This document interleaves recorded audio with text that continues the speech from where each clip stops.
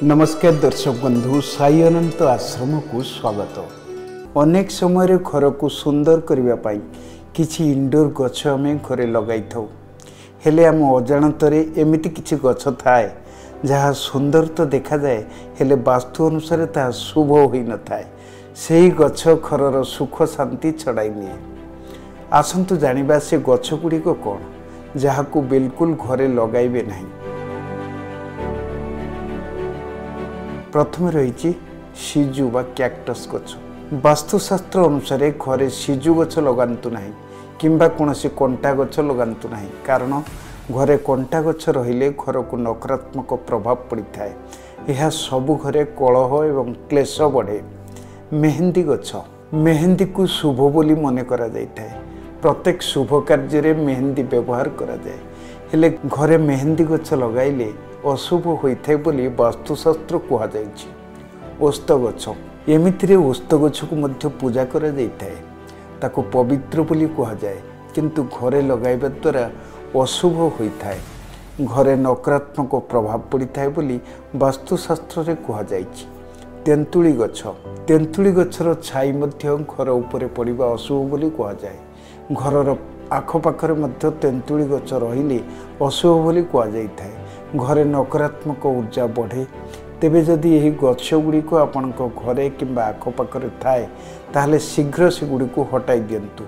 अरख गछ, अरख फूल महादेव को अति प्रिय, किंतु वास्तुशास्त्र अनुजाई घरे किंबा घर पाखरे अरख गछ रहिले यह विवाद बढ़ाई थाए। परिवार सदस्य मानसिक स्तर में असुस्थ होगा लगती।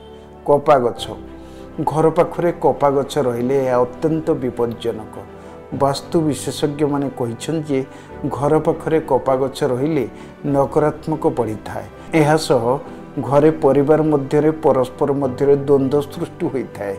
धन्यवाद। तमे पुओ को नै कि बाबा पाख आसला परे आपनकर कोन परिवर्तन हेछि? पुओर जो गोड़ हाथ फाटुतला तार भी कोन परिवर्तन हेछि? हां, मो एमिति जने सांग पिला को सुनि कि आपन पाख आसी, किंतु आसिला परे मो पुओ दीर्घ 7 वर्ष है जो कष्टा भोगुला मोर हृदबोध हो 7 दिन गला भाया लगे। तेणुक बहुत सल्व हो जाए। बाबा को कोटि कोटि प्रणाम। आ महावीर पंचमुखी महावीर हनुमान को मो स्वामी जहाँ कहले मुझे से कहूँ तथा मोर अलग अनुभूति। बाबा कहले मेडिटेशन करने आम 4 खाली मेडिटेशन कलापर काली कर मेडिटेशन मुझे निजे महावीर आसिकी छुई पेटू देवी मुझे कष्ट पाई मो पुओ एमती कि बर्तमान अनुभव करुँच मो पुओ भविष्य संपूर्ण भल। अच्छा वो एडी आसिले परे मोर जति माने कष्ट थिला मो आगुरु जमा चाली पाउन नथली। एडी जति सप्ताह भीतर आसिलेनी माने मते एते भल लागुची।